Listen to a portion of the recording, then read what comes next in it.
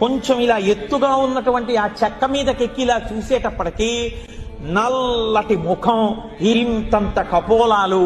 గడ్డం, గంధపు చుక్క, దాని మీద వజ్రవైఢూర్యం ఖచ్చితమైనటువంటి కిరీటం, దాని మించి వ్రేలాడుతున్న తోమాల,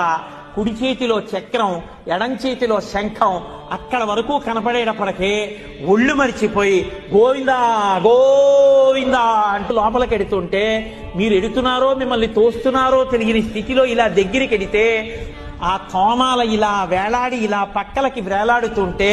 స్వామివారి వక్షస్థలంలో ఉభయనాంచారులు, వాళ్ళకి చుట్టబడినటువంటి పూలదండలు, మహానుభావుడు మెడలో వేసినటువంటి పెద్ద పెద్ద సాలగ్రామాల మాలలు, ఆ కడుపు, కొద్దిగా ఇలా వంగినటువంటి నడుము, దానికి పెట్టుకున్నటువంటి బ్రహ్మాండమైన వడ్డానం, ఆ చేతి వంక చూస్తే మణుల చేత పొదగబడిన ఆ చేతిని చూసి ఇందరికీ అభయమ్ములిచ్చు చేయి కందువకు